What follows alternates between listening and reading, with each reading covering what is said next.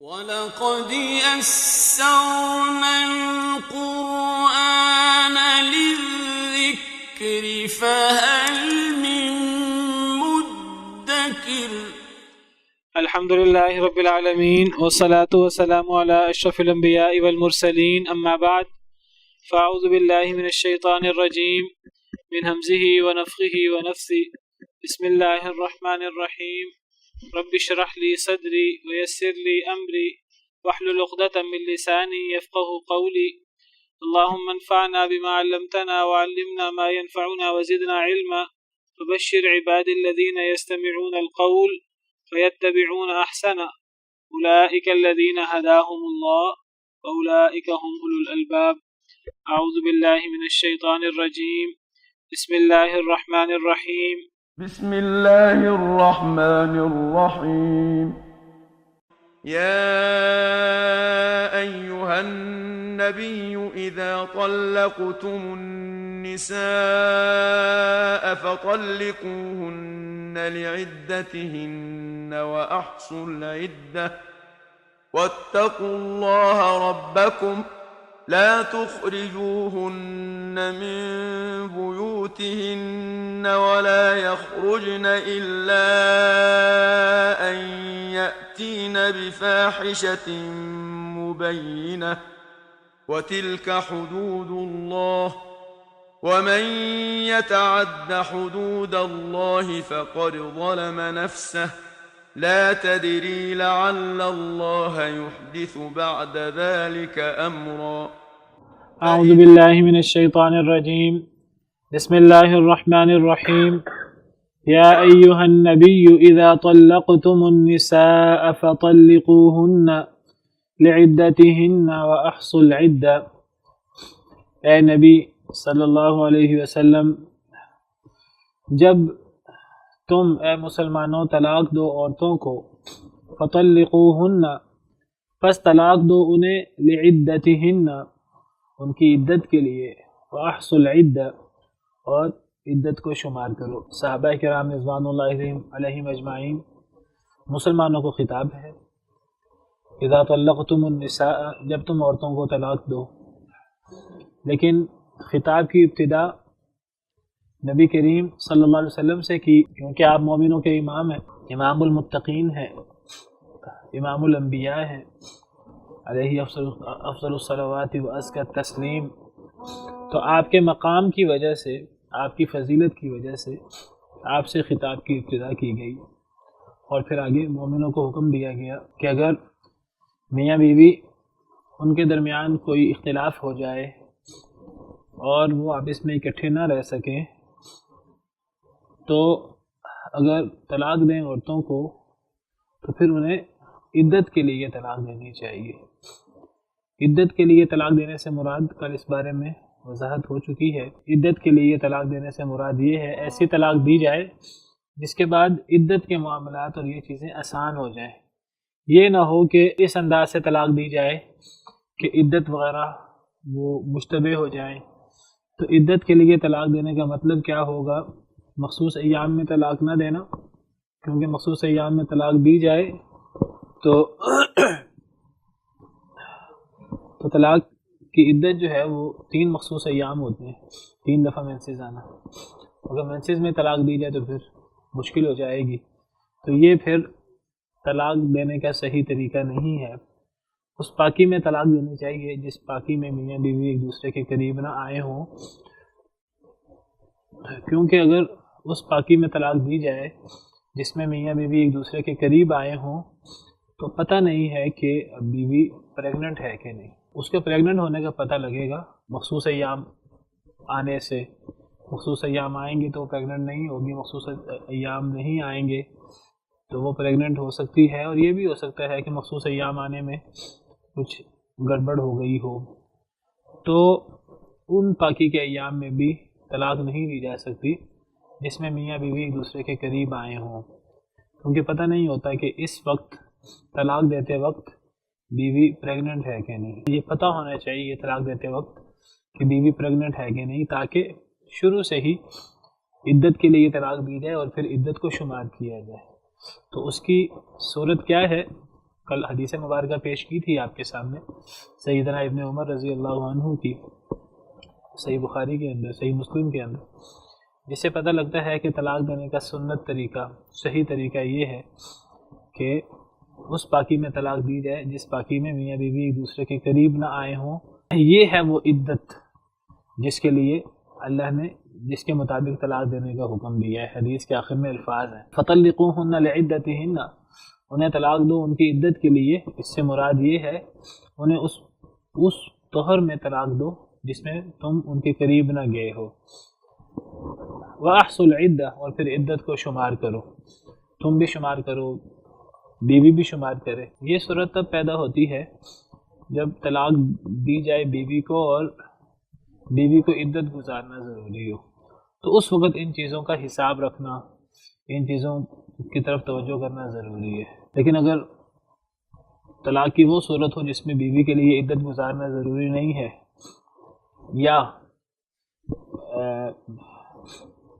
بیوی کو مخصوص ایام آتے ہی نہیں ہیں، تو پھر اس توجہ کی اور اس گہرائی میں جانے کی ضرورت نہیں ہے۔ اگر کوئی شخص بیوی کو رخصتی سے پہلے ہی طلاق دے دیتا ہے، نکاح کے بعد اور رخصتی سے پہلے، اس صورت میں عدت گزارنی نہیں ہے۔ جب عدت گزارنی نہیں ہے تو پھر طلاق دی جا سکتی ہے، کوئی جائز وجہ ہو تو پھر عدت نہیں ہوگی۔ اسی طرح اگر میاں بیوی کا نکاح ہو چکا ہے اور رخصتی بھی ہو چکی ہے اور اب اس میں ایک دوسرے کے قریب بھی آ چکے ہیں، لیکن ابھی تک عورت کو مینسز آنا شروع نہیں ہوئے، چھوٹی عمر کی وجہ سے یا بڑی عمر کی وجہ سے، مایوس ہونے کی وجہ سے مینسز سے، تو ان دو صورتوں میں بھی کوئی خاص توجہ کی ضرورت نہیں ہے کہ میں نے کس حالت میں طلاق دینی ہے، کس حالت میں طلاق دینی ہے، کیونکہ یہ جو توجہ دینی ہے وہ اس حالت میں دینی ہے جب بیوی کو مینسز آتے ہوں۔ مینسز میں طلاق نہیں دینی ہے ایک تو، اور اگر مینسز آتے ہوں تو پھر مینسز کے بعد طہر کی حالت میں طلاق دینی ہے، اور اس طہر میں طلاق دینی ہے جس طہر میں آپ اس میں اکٹھے نہ ہوئے ہوں میاں بیوی۔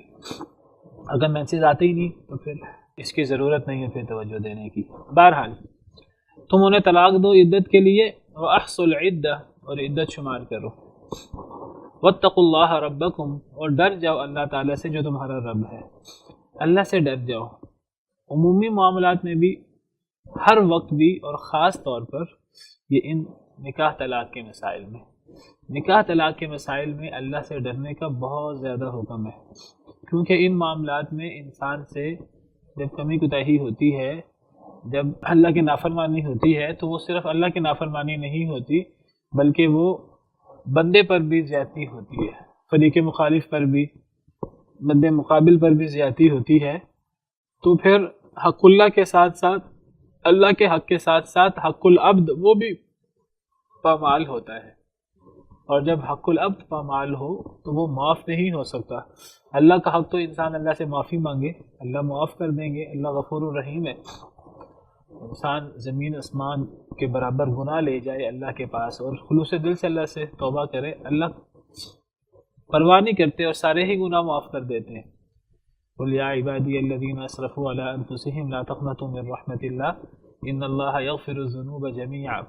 یہ تو اللہ تعالیٰ کی مغفرت، اللہ تعالیٰ کی رحمت، اللہ کا تحمل ہے، اللہ کا حلم ہے، لیکن بندے اتنے تحمل والے نہیں ہوتے، بندے اتنے رحیم نہیں ہوتے، لوگ ایک دوسرے کو اس طرح معاف نہیں کرتے، وہ تو بڑی مشکل سے معاف کرتے ہیں۔ تو یہ حق اللہ کے ساتھ ساتھ حق العبد بھی پامال ہوتا ہے۔ تو یہ بندوں کے معاملے میں اللہ فرماتے ہیں کہ میں نہیں آؤں گا، یہ تمہیں بندوں کو خود راضی کرنا ہوگا، تمہیں ان سے خود معذرت اور معافی مانگنی ہوگی، وہ معاف کریں گے تو میں معاف کر دوں گا۔ اگر ہم بندوں پر زیادتی کریں گے، شوہر بیوی پر زیادتی کرے گا، بیوی شوہر پر زیادتی کرے گی، اور وہ ایک دوسرے سے معافی نہیں مانگیں گے، بندے آسانی سے معاف بھی نہیں کرتے، تو پھر اللہ بھی معاف نہیں کریں گے، اور پھر اس کی قیامت کے دن کڑی سزا ہوگی۔ مشہور حدیث مبارکہ آپ نے سنی ہوئی ہے، نبی صلی اللہ علیہ وسلم نے صحابہ کرام سے سوال کیا کہ تمہیں پتہ ہے مفلس کون ہوتا ہے؟ صحابہ کرام نے کہا کہ مفلس ہمارے ہاں وہی ہے جس کے پاس روپے پیسہ نہیں ہے، کھانے پینے کو کچھ نہیں ہے۔ آپ نے فرمایا یہ مفلس نہیں ہے، حقیقی مفلس تو وہ ہے کہ قیامت کے دن اللہ کے پاس نیکیاں لے کر آئے گا، نماز، روزہ، زکوٰۃ، دیگر عبادات، لیکن اس نے اس کو گالی دی ہوگی، اس کو برا بلا کہا ہوگا، اس کا حق مارا ہوگا، انسانوں کا، اب اللہ تعالیٰ فرمائیں گے کہ میں نے تو اس معاملے میں دخل نہیں دینا، اب آپ اس میں خود ہی نمٹ لو، اب آپ اس میں خود ہی اپنے گناہ معاف کروا لو. تو یہ شخص جس پہ زیادتی کی ہوگی، کسی کو گالی دی ہوگی، کسی کو مارا ہوگا، کسی پر اور زیادتی کی ہوگی، کسی انسان پر، وہ بیوی ہو، بیوی کا شوہر ہو یا کوئی بھی ہو، تو وہ کہیں گے کہ ہمارے گناہ معاف کرو، ہمیں معاف کر دو. وہ کہیں گے ہمیں اس کی جگہ پر نیکیاں دے دو. تو وہ انسان اپنی نیکیاں دیتا جائے گا، اپنی نیکیاں دیتا جائے گا، اپنی غلطیاں معاف کراتا جائے گا، اور پھر وہ وقت آ جائے گا کہ نیکیاں ختم ہو جائیں گی پہاڑوں کے برابر. لیکن ابھی تک اس نے جو لوگوں پر زیادتیاں کی ہوں گی، غیبتیں کی ہوں گی، چغلیاں کھائی ہوں گی، لوگوں پر زیادتیاں کی ہوں گی، ابھی تک لوگوں کے حقوق باقی ہوں گے. تو پھر اللہ تعالیٰ فرمائیں گے کہ چلو اب اس کی نیکیاں ختم ہو گئی ہیں، اب جن لوگوں پر اس نے زیادتی کی ہے ان لوگوں کے گناہ اس پر ڈالے جائیں. تو ان لوگوں کے گناہ اس پر ڈالے جائیں گے. پھر جا کر جو ہے وہ لوگ اس کو معاف کریں گے، لیکن اس وقت تک اس کی ساری نیکیاں ختم ہو جائیں گی، لوگوں کے گناہ اس پر پڑ جائیں گے. تو اس کے لیے فیصلہ ہوگا جہنم کا، جہنم میں اس کو پھینک دیا جائے گا، والعیاذ باللہ. تو یہ ہے مفلس. تو خاص طور پہ میاں بیوی کے معاملات میں بڑی زیادتی ہو جاتی ہے، انسان توجہ نہیں کرتا، انسان غور نہیں کرتا. خاص طور پہ وہ دنیا میں جس کا ہاتھ اوپر ہے، اللہ نے جس کو ذمہ دار بنایا ہے، جس کو اللہ تعالیٰ نے قوام بنایا ہے، جس کے پاس طاقت بھی زیادہ ہے، وہ کئی دفعہ اگر بیوی اس کی بات نہ مانے تو وہ سختی بھی کر لیتا ہے، جائز سختی بھی کر لیتا ہے، ناجائز سختی بھی کر لیتا ہے. تو ان حالات میں اللہ سے ڈرنے کی بہت زیادہ ضرورت ہے. تو قرآن کریم میں جہاں بھی نکاح کا اور طلاق کے معاملات ہیں وہاں اللہ کے ڈر کا ذکر ہے، جیسے یہاں ذکر ہے. اسی طرح قرآن کریم کی دیگر آیات اگر آپ دیکھیں تو سورہ بقرہ آیت نمبر 231، یہاں بھی طلاق کا حکم ہے. تو طلاق کے حکم کے بعد اللہ فرماتے ہیں کہ وَلَا تُمْسِكُوهُنَّ ضِرَارًا لِتَعْتَدُوا، جب تم بیویوں کو طلاق دیتے ہو پھر تم رجوع کرتے ہو تو بیویوں کو ضرر دینے کے لیے رجوع نہ کرو. جو بیویوں کو تکلیف دینے کے لیے دوبارہ رجوع کرے کہ میں اس کو مزہ چکھاؤں گا، دوبارہ رجوع کر لیتا ہوں، فقط ظلم نفسہ، وہ اپنے آپ پر ظلم کرتا ہے. وَلَا تَتَّخِذُوا آیَاتِ اللَّهِ هُزُوًا، اللہ کی آیات کو مذاق نہ بناؤ. کہ نکاح طلاق کو، ان چیزوں کو مذاق نہیں بنانا چاہیے. وَاذْكُرُوا نِعْمَتَ اللَّهِ عَلَيْكُمْ، اللہ کی نعمت کو یاد کرو جو تم پر ہے، اور جو اللہ نے تم پر کتاب اور حکمت نازل کی، اللہ تمہیں نصیحت کرتا ہے اس کے ساتھ. وَاتَّقُوا اللَّهَ وَاعْلَمُوا، اللہ سے ڈر جاؤ اور جان لو کہ بے شک اللہ تعالیٰ ساتھ ہر چیز کے ساتھ جاننے والا ہے. تو یہاں طلاق کا حکم ہے اور آیت کے آخر میں اللہ سے ڈرنے کا حکم ہے. یہ جو طلاق کی آیات ہیں خاص طور پہ نکاح طلاق، اس کے ساتھ اللہ سے ڈرنے کا جگہ جگہ حکم ہے. یہ آیت نمبر سورہ بقرہ آیت نمبر 233 ہے. اس میں میاں بیوی میں طلاق اگر ہو جائے، بعد میں بچوں کو دودھ پلانا ہے تو اس کے کچھ احکام بیان ہوئے ہیں. کچھ احکام بیان کرنے کے بعد فرمایا وَاتَّقُوا اللَّهَ وَاعْلَمُوا أَنَّ اللَّهَ بِمَا تَعْمَلُونَ بَصِيرٌ، اللہ سے ڈر جاؤ اور جان لو کہ جو تم عمل کر رہے ہو اللہ تعالیٰ دیکھنے والا ہے. تو آپ دیکھیں گے کہ یہ جو نکاح طلاق کی آیات ہیں ان میں جگہ جگہ اللہ کے تقوی کا، اللہ سے ڈرنے کا حکم موجود ہے. جگہ جگہ نکاح طلاق کے معاملات میں اللہ تعالیٰ فرماتے ہیں یہ میری حدیں ہیں. ابھی دیکھیے یہ آیت نمبر 230 ہے، بلکہ اس سے پہلے آیت نمبر 229 میں بھی یہ طلاق کے احکام ہیں. اللہ نے طلاق کے احکامات بیان فرمائے، پھر اللہ نے فرمایا تلک حدود اللہ، یہ اللہ کی حدیں ہیں، ان حدوں کو کراس نہ کرو. اور جو اللہ کی حدوں کو کراس کرے، اللہ کی حدوں کو پامال کرے، یہی لوگ ظالم ہیں. تو اللہ تعالیٰ ان معاملات کو اپنی حد قرار دیتے ہیں. اللہ تعالیٰ ان معاملات میں فرماتے ہیں انسان کو ان معاملات میں، لوگوں کے معاملات میں اللہ سے ڈرنا چاہیے. اسی طرح یہ دیکھیے آیت نمبر 230، یہ بھی طلاق کے بارے میں آیت ہے. اس میں بھی وَتِلْكَ حُدُودُ اللَّهِ، یہ اللہ کی حدیں ہیں. اللہ تعالیٰ اس قوم کے لیے بیان کرتے ہیں جو جانتی ہے. تو آپ قرآن کریم میں جہاں بھی نکاح طلاق کے احکامات پڑھیں گے تو وہاں آپ کو وَاتَّقُوا اللَّهَ اور یہ اللہ کی حدیں ہیں، اس قسم کے الفاظ جگہ جگہ ملیں گے. تو ان معاملات میں لوگوں کے آپس کے معاملات میں انسان کو جو ہے وہ اللہ سے بہت زیادہ ڈرنا چاہیے. تو فرمایا وَاتَّقُوا اللَّهَ رَبَّكُمْ، ڈر جاؤ اللہ تعالیٰ سے جو تمہارا رب ہے. لا تخرجوهن من بيوتهن، نہ تم نکالو ان کو، یعنی کہ تم طلاق دو اپنی بیویوں کو. اور ابھی آیت کے آخر سے پتہ لگے گا کہ یہ رجی طلاق کی بات ہو رہی ہے. طلاق ایک تو طلاق کا سنت طریقہ ہے اور طلاق کا بدعت طریقہ ہے، اس کے بارے میں بات ہو چکی ہے۔ طلاق کا بدعت طریقہ یہ ہے کہ مخصوص ایام میں طلاق دی جائے یا اس طہر میں طلاق دی جائے جس طہر میں میاں بیوی قریب آئے ہیں، یہ بدعت طریقہ ہے، غلط طریقہ ہے۔ یا کئی طلاقیں اکٹھی دے دی جائیں، یہ طلاق کا بدعت طریقہ ہے، طلاق کا سنت طریقہ نہیں ہے۔ ایک طلاق کی دو قسمیں ہیں، ایک سنی طلاق، ایک بدعی طلاق۔ تو طلاق سنت طریقے سے دینی چاہیے، نمبر ایک۔ نمبر دو، طلاق کی دو قسمیں اور ہیں اس اعتبار سے کہ رجوع ہو سکتا ہے کہ نہیں ہو سکتا۔ تو طلاق کی ایک قسم اسے طلاق رجعی کہتے ہیں، اور طلاق کی دوسری قسم اسے طلاق بائنہ یا طلاق بتہ کہتے ہیں، پکی طلاق۔ ایسی طلاق جو میاں بیوی میں جدائی کر دیتی ہے، پھر وہ اکٹھے نہیں ہو سکتے۔ تو اللہ تعالیٰ نے دو طلاقوں تک کی اجازت دی ہے، دو طلاقیں ان کے بعد رجوع ہو سکتا ہے۔ اور یہ جو دو طلاقوں کا حق ہے، یہ وقفے سے انسان کو استعمال کرنا چاہیے۔ یہ اللہ تعالیٰ نے سہولت رکھی ہے۔ اگر ایک انسان سے جذبات کے اندر، غصے کے اندر غلطی ہو جائے، کنٹرول کرنے کے باوجود انسان طلاق دے تو ایک دفعہ طلاق دے، ایک دفعہ طلاق دے تو دوبارہ رجوع کرنے کا حق ہوگا انسان کو عدت کے اندر عدت کے اندر رجوع کر لے تو ٹھیک ہے، دوبارہ نکاح کی ضرورت نہیں ہوگی۔ اگر عدت کے اندر رجوع نہیں کرے گا، یہ رجعی طلاق ہے، تو عدت کے بعد وہ علیحدہ ہو جائیں گے میاں بیوی، لیکن علیحدہ ہونے کے بعد بھی دوبارہ نکاح کر سکتے ہیں۔ عورت کو کسی دوسرے شوہر سے نکاح کرنے کی ضرورت نہیں ہے، وہ دوبارہ نئے سرے سے بھی نکاح کر سکتے ہیں عدت کے بعد، اگر رجعی طلاق دی تھی تو عدت گزر گئی۔ اسی طرح دوسری طلاق کے بعد بھی عدت کے اندر رجوع کرنے کا حق ہے شوہر کو، اور اگر دوسری طلاق کے بعد بھی عدت ختم ہو جائے تو میاں بیوی الگ ہو جاتے ہیں، غیر ہو جاتے ہیں، نامحرم ہو جاتے ہیں، لیکن دوسری طلاق کے بعد بھی عدت ختم ہونے کے بعد دوبارہ نکاح کر سکتے ہیں، پوری شرائط کے ساتھ۔ دوبارہ حق مہر ہوگا، دوبارہ ولی ہوگا، گواہ ہوں گے، نئے سرے سے نکاح ہوگا۔ لیکن دوسری طلاق کے بعد بھی عورت کو پہلے کسی دوسرے شوہر سے نکاح کرنے کی ضرورت نہیں ہے، جس کو ہم حلالہ کہتے ہیں۔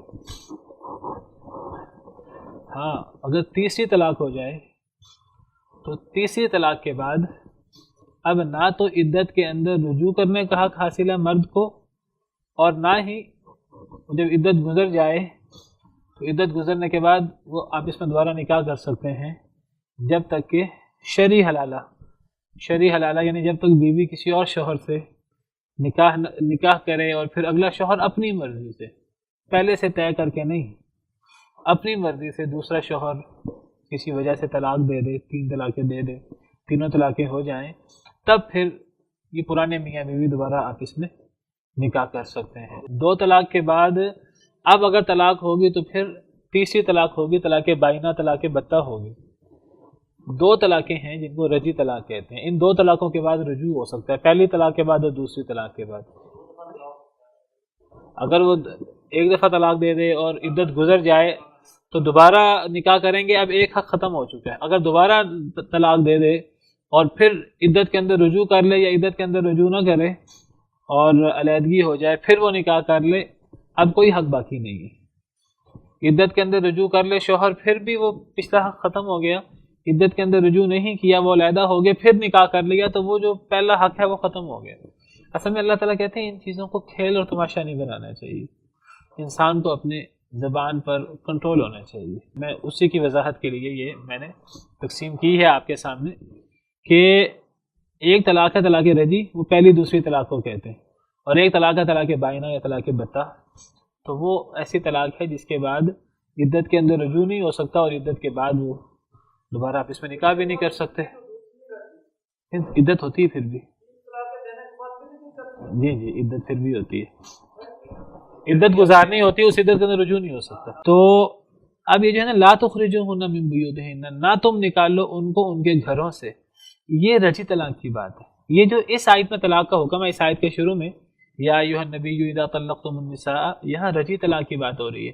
کیسے پتہ لگتا ہے؟ یہ آیت کے آخر سے پتہ لگتا ہے، لا تدری لعل اللہ یحدث بعد ذلک امرا، آپ نہیں جانتے شاید کہ اللہ تعالیٰ کوئی نئی چیز پیدا کر دے۔ یہ نئی چیز پیدا کرنے سے مراد ہے کہ اللہ تعالیٰ میاں بیوی میں دوبارہ رجوع کروا دے عدت کے اندر۔ تو آیت کے آخر سے پتہ لگا کہ یہ جو آیت کے شروع میں طلاق کی بات ہوئی ہے یہ رجی طلاق کی بات ہو رہی ہے، کیونکہ اگلی آیت سے بھی پتہ لگ رہا ہے فَإِذَا بَلَغْنَ أَجَلَهُنَّ فَأَمْسِكُوهُنَّ بِمَعْرُوفٍ أَوْ فَارِقُوهُنَّ بِمَعْرُوفٍ، جب عورتیں اپنی مدت کو، اپنی عدت کو پہنچنے لگیں تو عدت ختم ہونے سے پہلے یا تو انہیں روک لو اچھے طریقے سے یا انہیں چھوڑ دو اچھے طریقے سے۔ تو روکنا کس طلاق کے بعد جائز ہے؟ رجی طلاق کے بعد جائز ہے، رجوع جس کو کہتے ہیں، یا روک لو یا چھوڑ دو۔ تو چھوڑنے کا مطلب یہ ہے کہ تم رجوع نہ کرو تو آٹومیٹک جو ہے وہ عدت ختم ہوگی تو وہ غیر ہو جائیں گے، ایک طلاق کے بعد بھی غیر ہو جائیں گے، دو طلاق کے بعد بھی غیر ہو جائیں گے، اگرچہ دوبارہ نکاح ہو سکے گا پوری نئی شرائط کے ساتھ۔ یہ ہے چھوڑنا، لیکن روکنے کا کیا مطلب ہے؟ رجوع کرنا۔ دوسری آیت سے بھی پتہ لگ رہا ہے کہ یہ جو یہاں طلاق کا حکم ہے یہ رجی طلاق کا حکم ہے، اور یہ رجی طلاق کی تفصیلات ہیں۔ رجی طلاق کے بعد رجوع ہو سکتا ہے، جب رجوع ہو سکتا ہے رجی طلاق میں عدت کے اندر، اور عدت کے بعد دوبارہ نکاح ہو سکتا ہے، جب عدت کے اندر رجوع ہو سکتا ہے تب پھر طلاق دینے کے بعد شوہر کو بیوی کو گھر سے نہیں نکال دینا چاہیے، اور نہ ہی بیوی کو غصے میں آ کر بیوی کے گھر والوں کو، اپنی لڑکی کو غصے میں اپنے گھر لے جانا چاہیے۔ نہ شوہر کو اجازت ہے کہ بیوی کو گھر سے نکالے، شوہر اور شوہر کے رشتہ داروں کو، نہ بیوی کو بیوی کے گھر والوں کو اجازت ہے کہ وہ بیوی کو اپنے ساتھ لے کر جائیں، اس کو بھی اجازت نہیں ہے، اس کو بھی اجازت نہیں، دونوں اللہ کے حکم کے پابند ہیں۔ یہ مطلب ہے لا تخرجوهن من بیوتہن، نہ تم نکالو اے مردو، تم اور تمہارے رشتہ دار، نہ تم نکالو ان عورتوں کو من بیوتہن ان کے گھروں سے، ولا یخرجن نہ وہ خود نکلے، تخرجوهن اخرج یخرج کا مطلب ہوتا نکالنا، اور یخرجن کا مطلب ہوتا خود نکلنا۔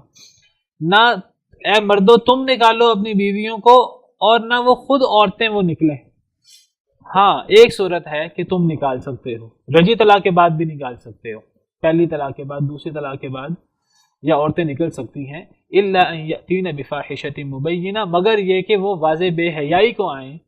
اگر بیوی جو ہے بدکاری کا ارتکاب کرے، اس صورت میں اگر شوہر پہلی طلاق بھی دے، ایک طلاق بھی دے، تو وہ عدت بھی وہ کہ میں نہیں برداشت کر سکتا یہ عورت میرے گھر میں عدت گزارے، یہ وہ گھر سے نکال دے تو نکال سکتا ہے، اگر فاحشہ مبینہ کی بات ہو، اگر واضح بدکاری کی بات ہو تب پھر گھر سے نکالا جا سکتا ہے۔ اگر بدکاری کی بات نہیں ہے تب پھر نہ بیوی کو شوہر گھر سے نکالے نہ بیوی خود نکلے، رجی طلاق کی صورت میں۔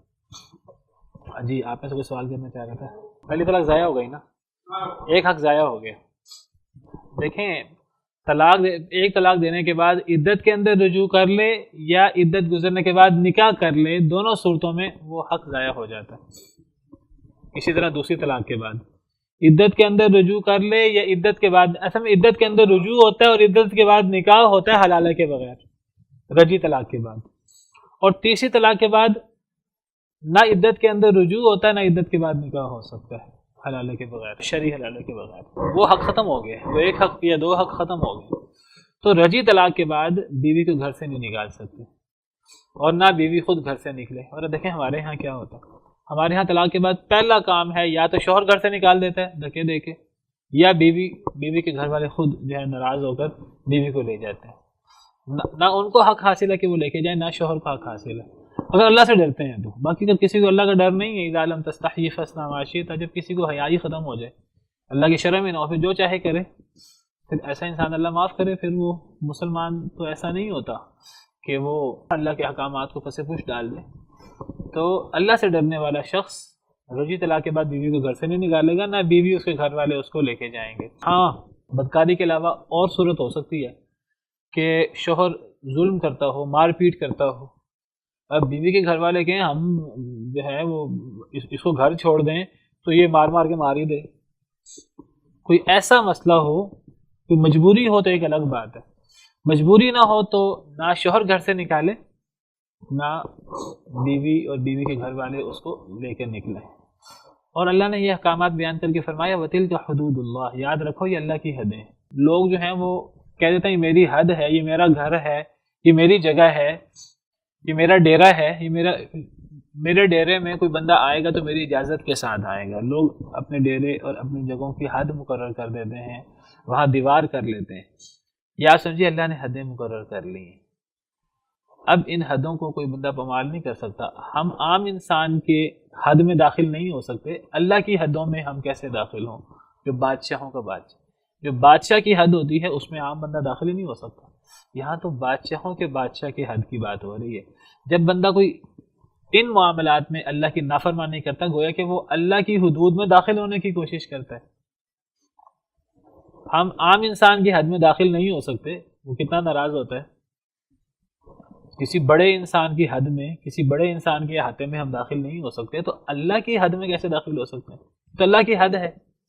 ایک انسان ان معاملات میں اللہ کی نافرمانی کرے، گویا کہ وہ اللہ کی حدود میں اور اللہ کی چیزوں میں داخل ہو جاتا ہے. اللہ نے اس کو اپنی حد قرار دی ہے. یہ اللہ کی حدیں ہیں. اللہ کی حدیں کیا ہیں؟ یاد رکھیں، اللہ کی حدیں اللہ کی حرام کردہ چیزیں ہیں. حدیث میں آتا ہے اللہ نے جن چیزوں کو حرام کیا ہے، اب اللہ نے حرام کیا ہے کہ نہ شوہر بیوی کو گھر سے نکالے، نہ بیوی گھر سے نکلے.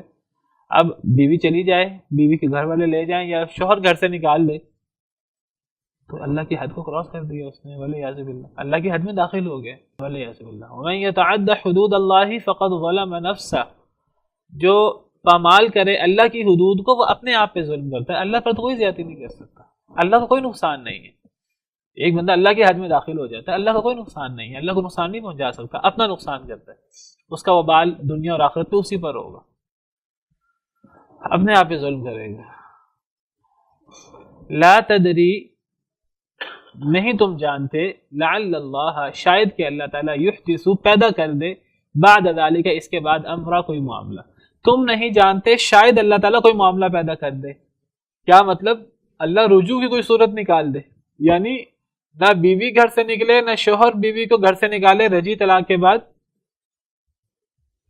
کیوں نہ نکالے؟ بیوی کیوں نہ گھر سے نکلے کہ جب بیوی پاس رہے گی اسی بیڈ روم میں، جو بیڈ روم وہ شوہر کا بھی ہے، بیوی کا ہے، دونوں کا ہے، طلاق کے بعد بھی بیوی وہیں رہے گی. اب یہ تو نہیں کہ بیوی کو کوئی جو ہے نا وہ نوکروں کے کوارٹر میں جا کے چھوڑ آنا ہے. بیوی نے اسی بیڈ روم میں رہنا ہے جو اس کا ہے اور اس کے شوہر کا ہے. تو ایک کمرہ ہو، شوہر نہ آئے اس کمرے میں، وہ شوہر کی مرضی ہے، شوہر اسی کمرے میں سونا چاہے اسی کمرے میں سو جائے، تو اب وہ دوسرے کے قریب نہیں آ سکتے جب تک کہ رجوع نہ ہو. لیکن وہ جب بیوی ہر وقت پاس ہوگی، قریب ہوگی، اسی گھر میں ہوگی، تو کیا پتہ کہ اللہ تعالیٰ کوئی نئی چیز پیدا کر دے، کیا پتہ اللہ تعالیٰ دوبارہ محبت پیدا کر دے، دل میں خیال پیدا کر دے، شوہر کے بیوی کے دل میں خیال پیدا ہو جائے اور رجوع کی صورت نکل آئے. تو علماء کرام، صحابہ کرام کہتے ہیں کہ لا تدری لعل اللہ یحدث بعد ذلک امرا سے مراد رجوع ہے. تم نہیں جانتے شاید اللہ تعالیٰ کوئی رجوع کی صورت پیدا کرتے. اچھا یہاں ایک چیز مجھے بھول گئی، لا تخرجوہن من بیوتہن، نہ تم نکالو انہیں ان کے گھروں سے. گھر کس کا ہوتا ہے؟ گھر تو شوہر کا ہوتا ہے. گھر تو شوہر کی ذمہ داری ہے. بیوی تو گھر نہیں لے کر آتی اپنے جہیز میں. یہ جہیز کی رسم تو ہمارے ہاں ہندوؤں کے ہاں ہے، مسلمانوں کے ہاں تو یہ نہیں ہے. گھر کا انتظام کرنا، خرچے کا انتظام کرنا شوہر کی ذمہ داری ہے. آپ دیکھیں اللہ تعالیٰ نے ان معاملات میں گھر کو بیوی کا گھر قرار دیا، یہ بتانے کے لیے تم ان کو گھر سے نہیں نکال سکتے. وہ صرف تم یہ کہو کہ میرا گھر ہے. میاں بیوی کی ہر چیز مشترکہ ہوتی ہے کہ ٹھیک ہے شوہر نے لے کے دی ہے، اس چیز کا پورا استحقاق بیوی کا ہوتا ہے. اور دیکھیں یہ نہیں ہوتا کہ شوہر کہتا ہے میرا گھر اور بیوی کہتی ہے کہ میرے شوہر کا گھر. بیوی بھی اس کو میرا گھر کہتی ہے، عورت بھی کہتی ہے کہ میں اپنے گھر سے آئی ہوں، اپنے گھر جا رہی ہوں، میں نے اپنے گھر جانا ہے. وہ گھر شوہر کا ہے، بیوی کا ہے، دونوں کا مشترکہ گھر ہوتا ہے. جس طرح بچے ہوتے ہیں تو ماں باپ کی ہر چیز پہ بچوں کا حق ہوتا ہے. بچے اس کو اپنی چیز شمار کرتے ہیں، بچے اس گھر کو اپنا گھر شمار کرتے ہیں. کہ اس معنی میں اس گھر کو بیوی کا گھر قرار دیا ہے. میں کس معنی میں کہہ رہا ہوں بیوی کا گھر؟ بیوتہن کا لفظ ہے. لا تخرجوہن، نہ شوہروں کو حکم ہے نہ تم نکالو ان بیویوں کو، من بیوتہن، یہ نہیں فرمایا من بیوتکم. من بیوتکم ہوتا تو تم بیویوں کو اپنے گھروں سے نہ نکالو جو تمہارا گھر ہے شوہروں، یہ نہیں فرمایا. حالانکہ گھر تو شوہر کا ہوتا ہے، شوہر کی ذمہ داری ہے. ان کو ان کے گھروں سے نہ نکالو. گھر شوہر کا ہے لیکن یہاں گھر کی نسبت بیوی کی طرف کر دی. اور آپ یہ چیز اکثر دیکھیں گے قرآن میں عام طور پر نکاح طلاق کے معاملات میں جب گھر کی بات ہے تو گھر کی نسبت بیوی کی طرف ہوتی ہے. حالانکہ بیوی کے گھر نہیں ہوتا. اسے یہ نہ سمجھیں کہ پرانے زمانے میں بھی جہیز میں بیویاں گھر لے آتی تھیں. نہیں، یہاں گھر سے مراد شوہر کا گھر ہی ہے، لیکن گھر کی نسبت بیوی کی طرف کر دی کہ یہ نہ کہو کہ اب تمہارا گھر نہیں ہے، اب تم یہاں سے نکلو اور ذلیل کر کے اس کو نکالا جائے. اور یہی چیزیں ہیں ہمارے ہاں جو فساد کا باعث بنتی ہیں، دشمنی کا باعث بنتی ہیں۔ تو اللہ تعالیٰ فرماتے ہیں کہ جب بیوی گھر میں رہے گی تو تم کیا جانو، اللہ تعالیٰ کوئی معاملہ پیدا کر دے، اگر اللہ کے ان احکامات پہ عمل ہوگا لازماً اللہ کی طرف سے ایسے حالات پیدا ہوں گے، اللہ کی طرف سے مدد ہوگی اور کوئی صلح کی صورت نکل آئے گی۔ میں ذکر کر رہا تھا کہ طلاق کی دو قسمیں ہیں، ایک کو طلاق رجعی کہتے ہیں، ایک کو طلاق بائنہ یا طلاق بتہ کہتے ہیں۔ رجعی طلاق پہلی اور دوسری طلاق کو رجعی طلاق کہتے ہیں، اور جو تیسری طلاق ہوتی ہے آخری اسے طلاق بتہ کہتے ہیں۔ اور یہ طلاقیں میں نے ذکر کیا الگ الگ ہونی چاہیے، یہ اللہ کی طرف سے ایک آسانی ہے، ایک مہلت ہے۔ اگر اکٹھی طلاقیں دے دی جائیں تینوں، اکٹھی دینا جائز بھی نہیں ہے، سب علماء کے ہاں جائز نہیں ہے، میں نے کل بھی ذکر کیا تھا۔ باقی یہ اختلاف موجود ہے، اگر کوئی تینوں اکٹھی طلاق دے دے تو پھر تین ہوتی ہیں کہ ایک ہوتی ہے۔ جمہور کی رائے یہ ہے کہ وہ تین واقع ہو جاتی ہیں، لیکن راجح رائے یہی ہے کہ ایک واقع ہوتی ہے۔ نبی صلی اللہ علیہ وسلم کے دور میں، صحیح مسلم کی روایت ہے، نبی صلی اللہ علیہ وسلم کے دور میں حضرت ابوبکر صدیق کے دور میں اور حضرت عمر کے دور خلافت کے شروع کے 2 سال 3 طلاقیں ایک طلاق شمار ہوتی تھی۔ پھر حضرت عمر نے دیکھا کہ لوگ اس معاملے میں بے احتیاطی کرنا شروع ہو گئے ہیں، زیادہ 3 طلاقیں دینا شروع ہو گئے ہیں، تو حضرت عمر نے فرمایا کہ میں 3 طلاقوں کو 3 شمار کروں گا بطور سزا، یعنی میں 3 طلاقوں کے بعد رجوع نہیں کرنے دوں گا۔ حالانکہ 3 طلاقوں کے بعد رجوع کرنے، 3 طلاقیں اگر اکٹھی دی جائیں تو وہ ایک طلاق ہوتی ہے، طلاق رجعی ہوتی ہے، تو رجوع کرنے کی اجازت ہوتی ہے۔ حضرت عمر نے فرمایا کہ لوگوں نے یہ کام بہت زیادہ پکڑ لیا ہے، لوگ احتیاط نہیں کرتے، تو میں بطور سزا ان کو رجوع نہیں کرنے دوں گا۔ تو اللہ تعالیٰ نے یہ مہلت رکھی ہے، آسانی رکھی ہے، اگر 3 طلاقیں اکٹھی دے دی جائیں آسانی ختم ہو جاتی ہے۔ اور سورہ بقرہ کی جو آیت ہے الطلاق مرتان، اس آیت کریمہ سے بھی پتہ لگتا ہے کہ طلاق 2 مرتبہ ہے، مرتان، یہ نہیں فرمایا طلاق کے 2 ہیں، فرمایا طلاق 2 مرتبہ ہے، یعنی یہاں بھی طلاق سے مراد ہے رجعی طلاق۔ رجعی طلاق کیونکہ آگے پھر چھوڑنے کا ذکر ہے یا دوبارہ رجوع کا ذکر ہے۔ الطلاق مرتان فامساکم بمعروف او تسریح باحسان، طلاق 2 مرتبہ ہے، پھر روک لو معروف طریقے سے یا چھوڑ دو احسان سے۔ تو 2 مرتبہ طلاق کے بعد امساک بھی ہو سکتا ہے، یعنی روکا بھی جا سکتا ہے جس کو رجوع کہتے ہیں، اور چھوڑا بھی جا سکتا ہے۔ تو فرمایا طلاق 2 مرتبہ ہے، مرتبہ کا مطلب ہوتا ہے ایک مرتبہ اور دوسری مرتبہ الگ الگ مجلسوں میں۔ طلاق 2 مرتبہ ہو پھر ہی آسانی ہوگی اور پھر ہی موقع دوبارہ مل سکے گا رجوع کرنے کا۔ ہاں، تیسری طلاق کے بعد موقع نہیں ملے گا۔ تو 3 طلاقیں اکٹھی دینا جائز نہیں ہے، لیکن اگر کوئی 3 اکٹھی دے دے تو وہ 3 نہیں ہوتی، ایک ہی ہوتی ہے۔ اچھا، یہ جو رجعی طلاق ہے، رجعی طلاق کے اندر جیسے میں نے ذکر کیا کہ بیوی وہ شوہر کے گھر میں ہی رہے گی، نہ شوہر اس کو گھر سے نکال سکتا ہے، نہ بیوی خود نکلے، نہ بیوی کو بیوی کے گھر والے لے کے جائیں طلاق کے بعد، شاید کہ اللہ تعالیٰ کوئی رجوع کی صورت پیدا کر دے۔ تو جب بیوی طلاق کے بعد، رجعی طلاق کے بعد اسی گھر میں رہے گی تو وہیں کھائے پیے گی، رہائش بھی شوہر کی ذمہ داری ہے کیونکہ اسی گھر میں بیوی رہے گی، خرچہ بھی شوہر کی ذمہ داری ہے چاہے طلاق دی ہوئی ہے۔ تو رجعی طلاق کے بعد بیوی کی رہائش بھی شوہر کی ذمہ ہوتی ہے، بیوی نے وہیں رہنا ہوتا ہے، اور بیوی کا خرچہ بھی شوہر کے ذمہ ہوتا ہے، کھانے پینے کا خرچہ ہو، لباس وغیرہ کا خرچہ ہو، شوہر کے ذمہ ہوتا ہے۔ لیکن جب تیسری طلاق ہو جاتی ہے تو اب عدت کے اندر بھی نہ بیوی کی رہائش کا خرچہ شوہر پر ہوتا ہے، نہ بیوی کے نفقے کا خرچہ، نہ رہائش کا خرچہ نہ نفقہ۔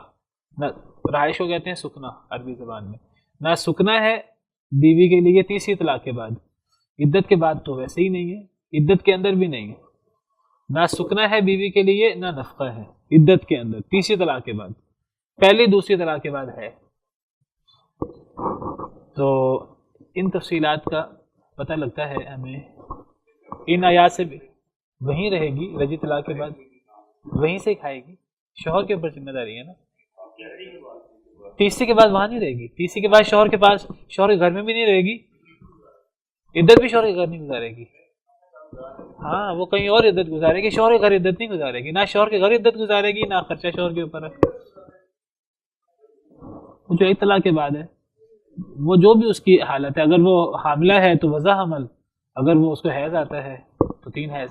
تو اب یہ تفصیلات کا یہاں سورہ طلاق میں بھی ہم پڑھیں گے، اسے بھی پتہ لگے گا آگے، اور حدیث مبارکہ میں آپ کے سامنے پیش کر دوں۔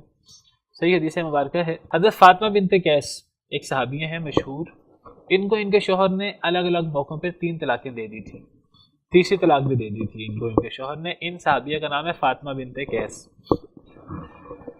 حضرت فاطمہ بنت قیس سے مروی ہے حدیث، یہ سنن نسائی کی حدیث ہے۔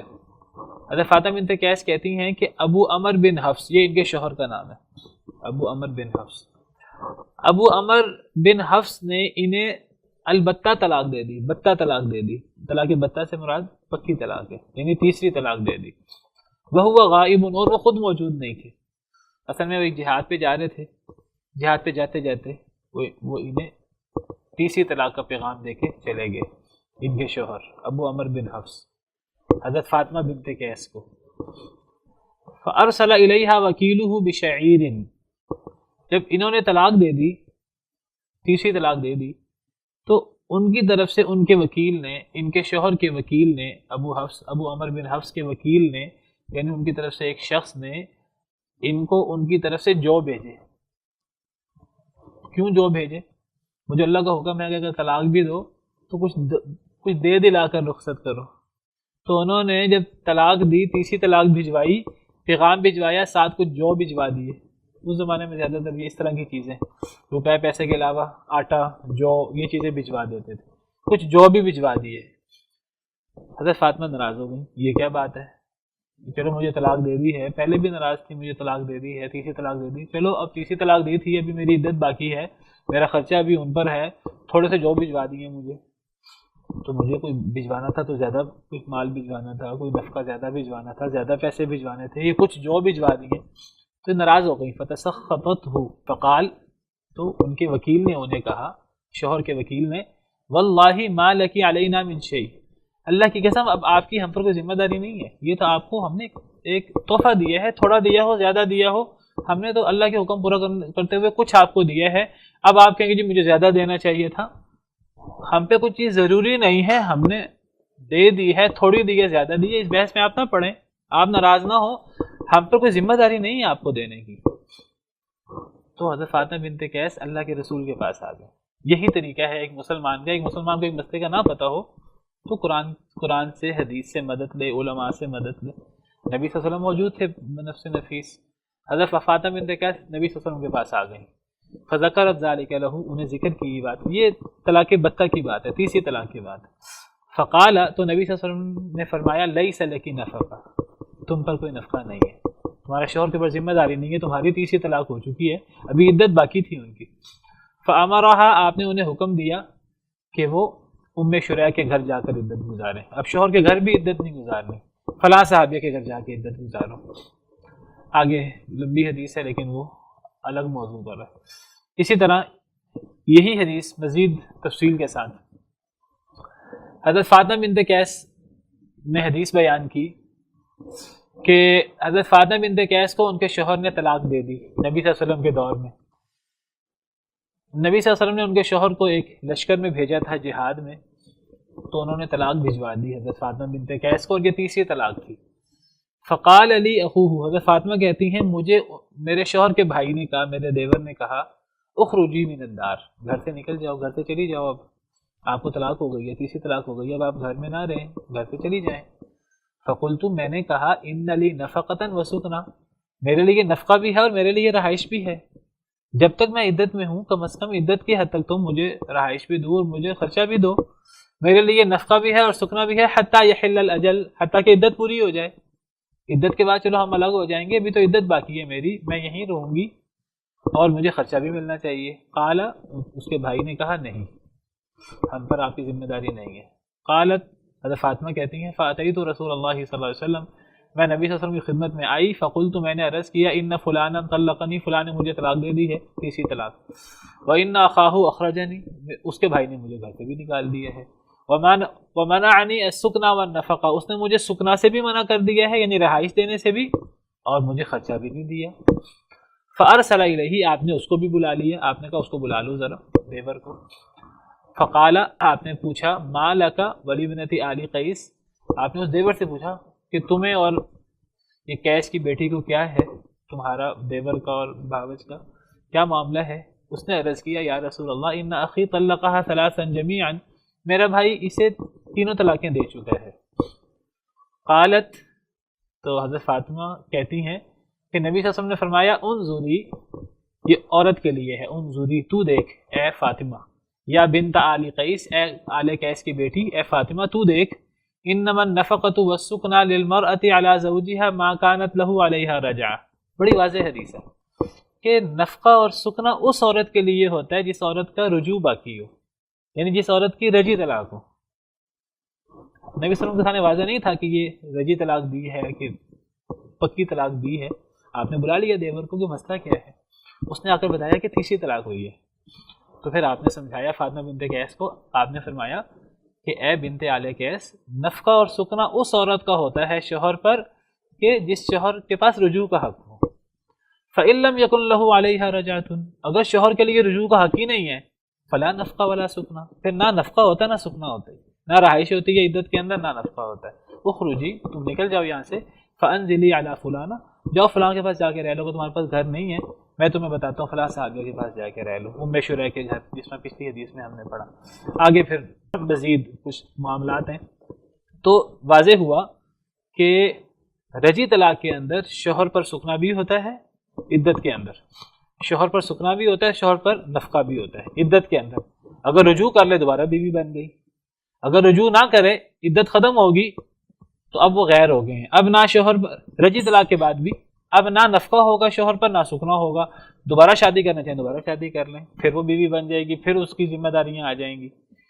رجی طلاق کے بعد عدت کے اندر اندر سکنا بھی ہوتا ہے اور نفقہ بھی ہوتا ہے، رہائش بھی ہوتی ہے، نفقہ بھی ہوتا ہے، لیکن طلاق بائنہ کے بعد عدت کے اندر بھی نہ سکنا ہوتا ہے نہ نفقہ ہوتا ہے۔ سبحان ربک رب العزت عما یصفون وسلام علی المرسلین۔